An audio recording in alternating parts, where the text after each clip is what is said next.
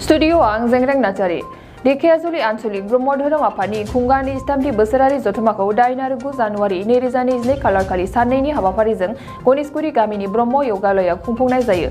धेकियाजुलि आनसलिक ब्रह्म धोरोम आफादनि खुंगा 23थि, आइजो आफादनि खुंगा 13थि आरो लाइमोन आफादनि खुंगा 17थि बोसोरारि जथुम्माखौ 8 आरो 9 जानुवारि 2022 खालारखालि साननैनि हाबाफारिजों हुग्राजुलि ओनसोलनि सिङाव थानाय गणेशगुरि गामिनि ब्रह्म यगालयआव खुंफुंनाय जायो। बे हाबाफारियाव दुलाराय ब्रह्म धोरोम लाइमोन प्रसार संसदनि फोसावगिरि विद्यासागर ब्रह्म, गाहाय नेहाथारि हेमन्त ब्रह्म, फोसावगिरिफोरा बाहागो लाफैयो। लोगोसे सनितपुर जिल्ला दुलाराय बर' फरायसा आफादनि गाहाय नेहाथारि एनस मोसाहारि आरो 77 नं धेकियाजुलि बियाबनि एमएलए आरो आसामनि मन्थ्रिनि पिएआ नुजाथिफैयो। बे हाबाफारियावनो गाहाय आलासि महरै नुजाथिफैयो दुलाराय ब्रह्म धोरोम प्रसार संसदनि गाहाय फोसावगिरि मनरन्जन ब्रह्म बिथाङा। देग्लाय बोसोरनि खुंगा 23थि बोसोरारि जथुम्मा प्रसार संसदजों लोगोसे आरो 17थि बोसोरारि जथुम्मा लाइमोन आफाद, 13थि बोसोरारि जथुम्मा आइजो आफाद जावजायै साननैनि हाबाफारिजों खुंनो लानाय हाबाफारि लादोंमोन। बे हाबाफारिया मैयानिफ्राय जागायनानै 8 अक्ट'निफ्राय जागायनानै दिनै 9 अक्ट'सिम साननै हाबाफारि दा दिनैनि बे गेवलां मेलावनो जोङो जोंनि धेकियाजुलि आनसलिक ब्रह्म धोरोम आफादनिफ्राय देग्लाय बोसोराव बे अधिवेशनाव सैथो सनातन धोरोमनि एबा ब्रह्म धोरोमनि माखासे सावरायनो गोनां धोरोमनि थार बाथ्राफोरखौ लोगोसे समाजारि बायदि बिथिंनि बाथ्राफोरखौ सावरायनो, बेबहारि पारमार्थि हाबानि सायाव सावरायनो रायजो राजा आइ आफामोननि सिगाङाव गुवारै सावरायनानै फोरमायथि होलायनो होननानै दिनैनि बे गेवलां मेलखौ लानाय जादों। दा बे गेवलां मेलाव आनसलिक आफादजों हांख्रायहरजानाय गुबुन गुबुन बिफाननिफ्राय गोबां आलासिफोर नुजाथिफैनो हादों। जोंनि एमएलए 71 बियाब समस्तिनि एमएलए मानगोनां मुस्रि गेवलां अशक सिंहाल बिथाङा गाव सफैनो हायाखैब्लाबो गावनि लोगो पिएखौ दैथायहरनानै दिनैनि बे गेवलां मेलखौ बेखेवनाय होबाय।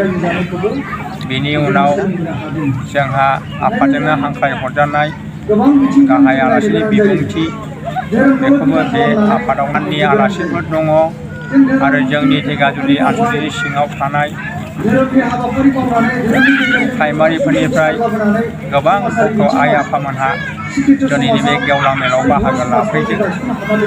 बे गेवलां मेला दा बेलासि 4 रिंगायाव जोबहैगोन। दा आं मिजिंथिदों देग्लाय बे धेकियाजुलि आनसलिकनि बे अधिवेशननि गेजेरजों जोंनि ब्रह्म धर्मनि गेजेराव बा सुबुं माहारिनि गेजेराव बर'फोरनि गेजेराव सैथो धोरोमखौ सिबिनानै जोङो खौसेथि धोरोमखौ थालायनो हागोनखौ मिजिंथिदों।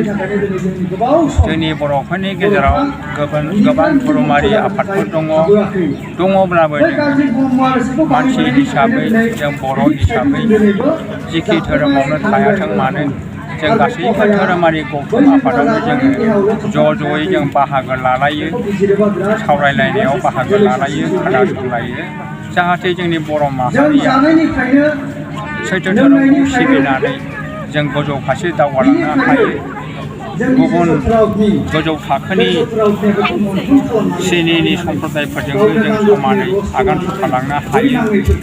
समाजारि बिथिङाव, सोलोंथाइ बिथिङाव, धोरोमनि बिथिङाव, राजखान्थि समाजखान्थिनि बिथिङाव फारसेथिंनिफ्रायबो जोङो समानै जाहाथे दावगालांनो हायो, बेखौनो जोङो मिजिं लानानै दिनैनि बे गेवलां मेलखौ लानाय जादों। आरो आंबो बे गेवलां मेलावनो सासे गाहाय आलासि महरै आं नुजाथिफैदों। नुजाथिफैनानै आंबो बे ढेकियाजुलि आनसलिकनि बे धोरोम आफादाव दिनै गथ' आइ आफामोनखौ लैहोर लैहोर गिर्जा फिल्डावखौ नुनानै आंनि गोसोआबो जोबोद गोजोननाय मोनदों।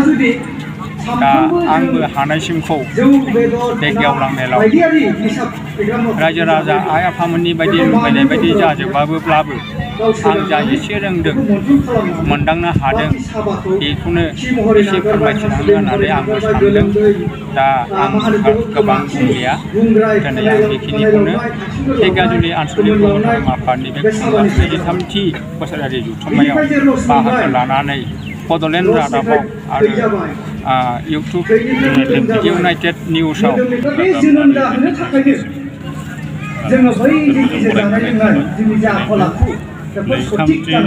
बोसोरारि जथुम्मा ढेकियाजुलि आनसलिक ब्रह्म धोरोम आफादनि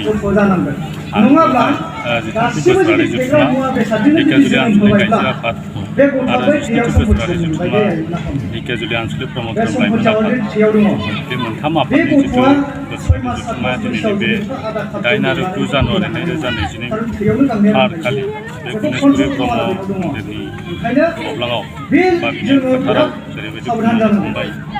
दा बे मन्दिर बा बे बोसोरारि जथुम्मानि गेजेरजों दिनै सारा बे ढेकियाजुलि आनसलिकनि सिङाव थानाय जेसेबांनाखि ब्रह्म धोरोम सिबियारि आइ आफामोन दङ बे आइ आफामोनजों धोरोमारि मोनसे सावरायनायनि गेजेरजों गोजोन सान्थि जाहाथे जोङो इयुननि समाव न'खर संसार खुंलांनो हायो। दा बिनि सोमोन्दै दिनै शास्त्रनि हेफाजाबजों धोरोमनि बाथ्राफोरनि गेजेरजों दिनै आलासि लाबोलायनानै गोबां रोखोमनि समाजारि आरो राजखान्थियारि आरो बिदिनो धोरोमनि गुरु आफामोन लाबोनानै जेरैबायदि आरो बेवहाय दिनै बे 8 खालारखालि जिथु बोसोरारि जालांबाय बेवहाय ढेकियाजुलि आनसलिक आफादनि गागि आफादनि जिथु बिबानगिरिफोरखौ एसे सोलाय सोल' खालामनानै गोदानै दाफुंनाय जाबाय। बेखिनियाव गासिबो बेखिनि रादाबखौ बड'लेण्ड रादाब आरो नोंथांमोना बे हाबाफारिजों लोब्बा लाखिनानै गुबुन बेबायदि हारिनि मा हाबाफारि लादेरनाय जादों?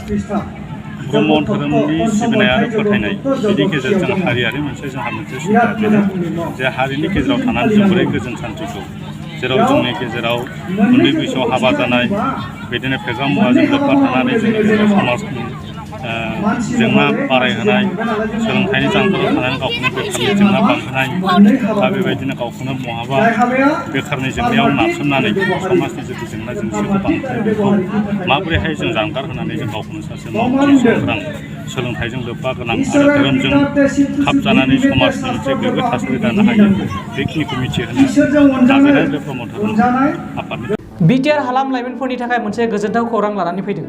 ट्रान्सफर्म रुरल इन्डिया फाउन्डेसन एनजिअनि गेजेरजों बिटिआर डेभेलपमेन्ट फेल'शिपआ मोनसे बिटिआरआव बेकार जेंनाखौ सुस्रांनो फेल'शिप प्रग्रामनि थाखाय अनलाइन सोलिगासिनो दं। बिटिआर गभ एडमिनिस्ट्रेसनजों लोगोसे खामानि मावफानो मोननाया गोसो गुदुं लाइमोनफोर आरो गोरों गोरा मानसिफोरनि थाखाय बेसेन गोसा सुबिदा।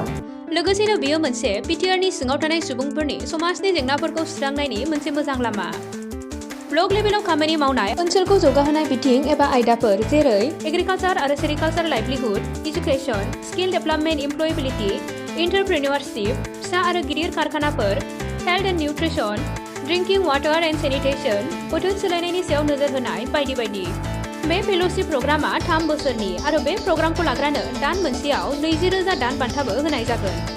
नोंथांमोनहा बे प्रग्रामाव बाहागो लाफैनो हागोन आरो बिटिआरनि जौगाखांनायाव गावनिबो आखाइ होफानो हागोन। बे हाबाफारिनि थाखाय नोंथांमोनहा फैगौ 10 जानुवारि 2022 खालारसिम वेबसाइटनि गेजेरजों अनलाइन एप्लाइ खालामनो हागोन। अनलाइन खालामनो थाखाय गोसो गुदुं नोंथांमोना गाहायाव होनाय वेबसाइटआव अनलाइन खालामनो हागोन।